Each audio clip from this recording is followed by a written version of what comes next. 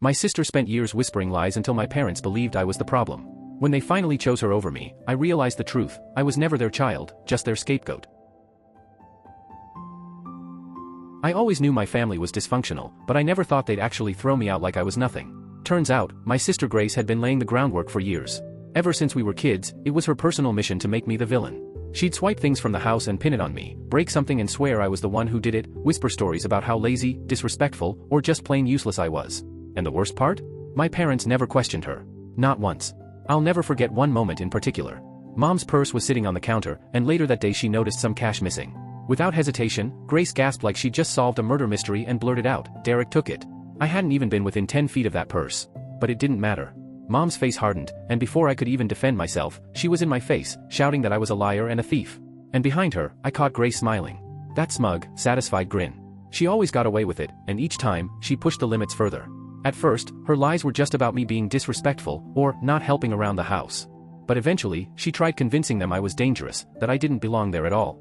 And even though they pretended to believe her, they never actually kicked me out. Not until the night before my birthday. I'll never forget that night. I was half asleep when I heard my door creak open. I kept my eyes shut, breathing steady, pretending to be out cold. Mom's voice whispered, "He's asleep," and the door clicked shut again. At first, I thought they were just checking on me. But then I heard their voices drift down the hallway. And then Grace's voice. "I want him gone." That snapped me wide awake. I froze, listening. He bothers me. I'm tired of it. I don't want to share a wall with him anymore. I want his room. I want him out. And my dad? He didn't even hesitate. Then tell him to leave. We'll support you. Just like that. No hesitation. No thought about where I'd go. It was like they were talking about tossing out an old piece of furniture. And then my mom laughed. Actually laughed. "Your room is finally going to be bigger. We can knock down the wall, connect it. You deserve it." I felt my stomach sink like I was free falling. They weren't just okay with it. They were excited. Like I was some kind of obstacle they'd been dying to get rid of. I stared at the ceiling all night, my heart pounding. I wasn't even angry. Just numb. Some part of me had always clung to this pathetic hope that deep down, maybe they cared. Maybe I'd do something someday to earn a little respect in their eyes. But this was proof.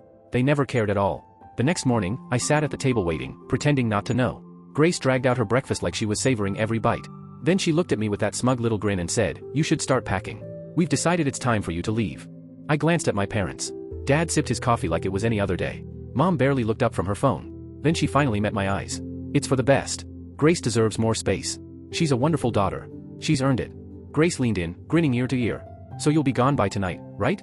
For a moment, I couldn't even speak. I just stared at her. What had I done wrong besides exist? Finally, I swallowed hard. "Yeah." Grace lit up like she just won a medal. That night, I packed. Not that I had much, some clothes, my charger, the little bit of money I'd saved. As I shoved things into my bag, I could hear them laughing in the living room, like it was just another night.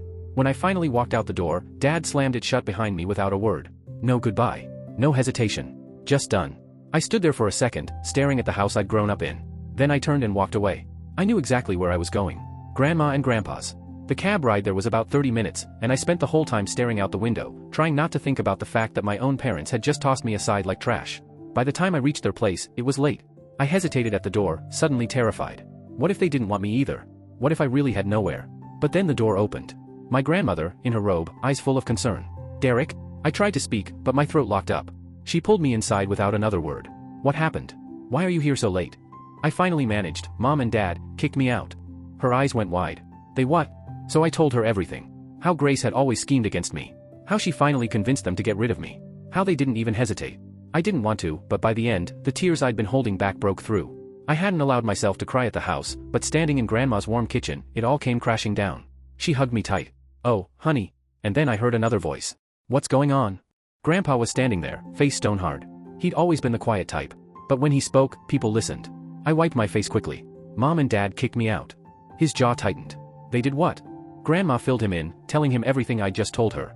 His face grew darker and darker with each word. When she finished, he sat at the table in silence. Finally, he said, "And where do they think this house came from?" I frowned. "What do you mean?" Grandma sighed. "Your grandfather bought that house for them when they got married." I froze. I'd never thought about it. My parents had always struggled financially, but they'd always owned that house. I just assumed they got lucky. Grandpa shook his head. "They think they can throw my grandson out of a house I gave them? No. It doesn't work like that." He pulled out his phone, scrolled, then looked at me. "I'm going to fix this. Do you trust me?" I nodded. He scribbled a number on a piece of paper and handed it to me. "Call this man tomorrow. His name's James. Tell him who you are and what happened. Then don't do anything else. Just wait." I didn't fully understand, but I trusted him. Grandma made me tea while muttering she couldn't believe what my parents had done. I was exhausted, my mind running on fumes, just letting her words wash over me. Finally, she showed me to the guest room. "Get some rest, sweetheart. You're safe now." I lay in that bed staring at the ceiling. For the first time in my life, I wasn't under the same roof as my parents and Grace. And strangely enough, for the first time in a long time, that actually felt like a good thing. I woke up to the smell of bacon and fresh coffee. For a split second, I forgot everything. I was warm, safe, and the house was quiet. No shouting, no tension, no Grace. Then it hit me. I wasn't home. And I wasn't going back. I sat up, rubbed the sleep from my eyes, and reached for my phone on the nightstand. A handful of missed texts lit up the screen. "Mom, where are you?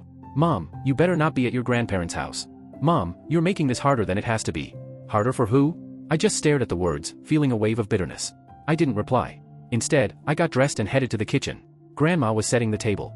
Grandpa sat with his coffee, scrolling through his phone like he'd been waiting for me. Without looking up, he asked, "Did you call James yet?" I shook my head. "Not yet." He slid his phone toward me. "Do it now." I picked up the slip of paper with James's number and dialed. 2 rings. Then a deep voice, "James speaking." I swallowed. Hi. My grandpa told me to call you. He said you could help." There was a pause. Then, "You must be Derek." "All right, kid. Tell me everything." So I did. Years of Grace poisoning my parents against me. The night they decided I was disposable. The slammed door. Every detail. James listened silently, not interrupting once. When I finished, he let out a sharp exhale. "And they're still living in that house?" "Yeah. Not for long." I frowned. "What do you mean?" "Your grandfather owns that property, not them. Legally, he can do whatever he wants with it. I'll handle the paperwork today. They'll be getting a call soon." I hung up, still trying to process what that meant. "Grandpa, what's going on?" He sipped his coffee, completely calm. "They're about to learn a very expensive lesson." By noon, it began. Grandpa's phone rang. He answered on speaker. It was Dad. "What's going on?" Grandpa's tone didn't waver. "You have 1 week to pack your things and leave." "What part isn't clear?" "You can't just kick us out." Dad sputtered. Grandpa chuckled. "You kicked my grandson out of my house, and now you're shocked it doesn't belong to you? You made your bed, lie in it." I could hear Mom freaking out in the background, Grace's shrill voice cutting through but not clear enough to make out. "Please," Mom pleaded. "We didn't mean for it to go this far. It was a misunderstanding." "Misunderstanding?" Grandpa's voice cut like glass. "You threw your son out like garbage without caring where he went. So now you can figure out where you'll go." Dad's tone shifted to desperation. "We have nowhere to go." Grandpa didn't flinch. He just hung up. That night, they showed up. I heard the car pull up and peek through the curtain. Mom, Dad, Grace. My stomach twisted, anger, dread, and something that felt dangerously close to satisfaction. Before I could even move, Grandpa was already at the door. The second he opened it, Mom blurted, "Dad, please. Can we talk inside?" He didn't budge. "Say what you need to say right here." I stepped behind him. Grace's eyes narrowed at me, but she stayed silent. Mom's gaze darted between me and Grandpa. "You don't need to do this. We're family." Grandpa raised an eyebrow. "Family? You mean the family you threw out last night?" Dad groaned. "Look, we were wrong, okay? We shouldn't have done it. But this isn't fair. You can't just evict us." "Actually, I can," Grandpa said flatly. "And I already have." That's when Grace snapped. "This is all his fault." She jabbed a finger at me. "He ran to you like a little snitch because he couldn't handle being told to leave." I laughed, sharp and bitter. "I wasn't the one who begged to kick someone out. That was all you."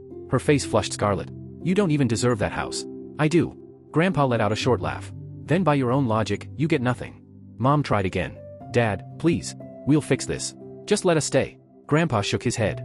"No. You wanted Derek gone. Well, now you're gone. 1 week, or the cops do it for you."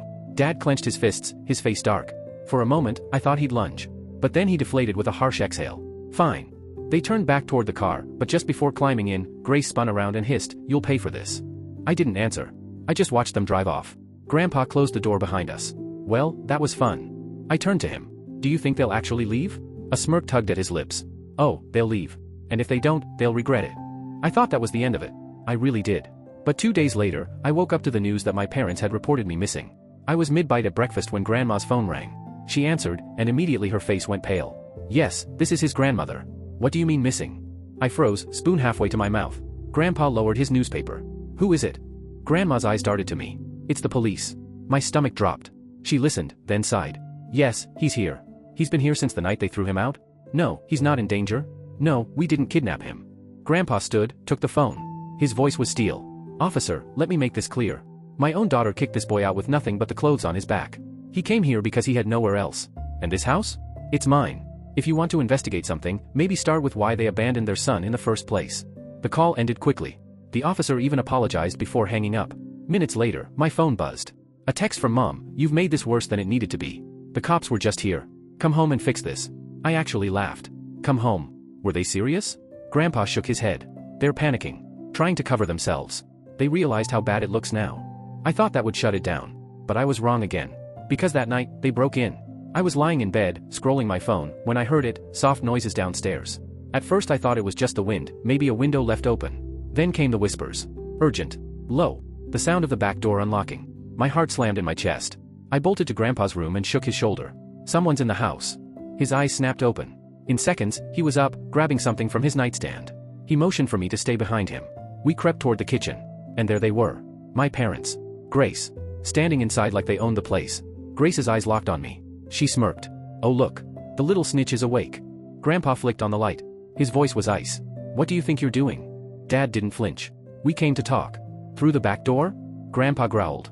Mom crossed her arms. "You weren't answering our calls. We had no choice." Grandpa scoffed. "Breaking and entering was your only option?" Dad ignored him, turned to me. "Derek. Enough. Pack your things. You're coming home." I stared at him. "You kicked me out. Remember?" Mom stepped forward, her tone soft. "We made a mistake, okay? We acted too fast. We've decided you can come back if you apologize to Grace." I nearly laughed. "Apologize? For what?" Grace smirked. "For causing all this drama." I was speechless. Grandpa wasn't. "Get out." Dad's glare hardened. "You can't keep him here." Grandpa's voice was calm, almost too calm. "My house. My rules. And I'm done playing nice." That's when I finally saw what he'd grabbed earlier. A gun. He wasn't pointing it, but the weight of it in his hand was enough to silence the room. Grace's smirk vanished. Mom stepped back. Dad's fists unclenched. Grandpa's voice was steady. "I've given you every chance to walk away with some dignity. If you don't leave right now, you're going to find out how serious I am." No one moved. Then Dad exhaled, sharp and angry. "Fine." They turned and left through the back door. Grace's glare lingered on me one last time. "This isn't over." Then they were gone. Grandpa locked the door tight and double-checked it. His jaw set. "If they try something like this again, I'm calling the cops." And I knew he meant it. The next morning, Grandpa's voice jolted me out of my own anxious fog. I was still wired from the break-in the night before. Every little creak in the house made me tense. Every shadow outside the window felt like them coming back. My plate of eggs sat untouched in front of me, but I couldn't bring myself to eat. Then Grandpa walked in, calm as ever, coffee in one hand, phone in the other. He didn't even glance at me before saying, "Time to end this, for good." He sat down, dialed a number, and hit speaker. The phone rang a few times before Dad's voice came on. "Hello?" Grandpa didn't waste a second. His voice was sharp, unshakable. "You listen to me, and you listen good. You're going to pack up and leave this house by the end of the week, just like I told you. And you're never going to bother Derek again." Dad scoffed. "Or what?" Grandpa leaned back in his chair, casual, like this was just another morning for him. "Or I rewrite my will." The line went silent. Then Mom's voice broke through, panicked. "You wouldn't?" Grandpa chuckled. "Try me." I blinked, confused, and whispered, "What does that mean?" He lowered the phone for a second and gave me a look. "It means I was going to leave them something when I die. But now? Not a damn dime." Back on the line, Dad's voice was tight. "You're bluffing." Grandpa smirked. "You think so? I've got my lawyer on speed dial. I could have the papers redone before lunch. That house you live in? Gone. Every dollar I've set aside? Gone. And guess who gets everything?" He turned his eyes on me. It took me a second to process what he was saying. Grandpa wasn't just kicking them out, he was cutting them off completely. Mom's voice cracked with desperation. "Dad, please. We made a mistake. You can't just disown us over this." Grandpa raised an eyebrow. "Oh, like how you disowned your own son?" Dad tried another angle. "Okay, fine. We'll leave the house. But you don't have to go this far." "I do," Grandpa cut him off. "Because I know you. You'll never stop trying to manipulate him. You'll keep scheming, keep twisting things, keep making his life miserable. Well, not anymore. You burned that bridge. It's gone." Grace finally jumped in, her voice sharp. "So what, you're giving him everything?" Grandpa smiled. "That's right. The house. The money. Everything, it's Derek's now." I nearly dropped my fork. "Wait, what?" He just nodded. "You heard me. You're staying here. This is your home now." Dad's voice exploded with fury. "You're seriously giving everything to him over us?" Grandpa sighed, almost bored. "Yep." Grace screamed, "That's not fair." Grandpa let out a short laugh. "Neither is life. Get over it." In the background, I could hear Mom crying. Grace was still shrieking, Dad muttering curses under his breath. But Grandpa was done. "You have until the end of the week," he said flatly. "If you're not out, I'll call the cops and have you removed." Then he hung up. I sat there in stunned silence, my fork still in hand. Grandpa casually sipped his coffee like he'd just ordered takeout. Well, that was fun. And that was it. By the end of the week, my parents and Grace packed their things and moved into some rented apartment across town. Grandpa made sure they understood there was no coming back. I kept waiting for another stunt, some trick, some guilt trip, but it never came. Maybe they finally realized there was nothing left for them to take. The only thing I got from Grace was one last text before she blocked me. "Enjoy the house, loser. Hope it was worth losing your family." I didn't reply. Because the truth was, for the first time in my life, I had a family. Grandma and Grandpa were there for me in ways my parents never were. They encouraged me. They supported me. And most importantly, I wasn't just tolerated under their roof, I was wanted. A few weeks later, Grandpa sat me down at the kitchen table. He pulled out a small ring of keys and slid them toward me. "You belong here, boy," he said. "This house is yours now." I stared at him, overwhelmed. "Are you sure?" He nodded without hesitation. "I've never been more sure of anything." And that was that. I moved in permanently. For the first time, life felt steady. Peaceful. No more walking on eggshells, no more fighting to prove myself to people who had never cared. As for my parents and Grace, they never reached out again. Once they realized I wasn't a resource to drain, I guess they lost interest. And honestly, that was perfectly fine with me.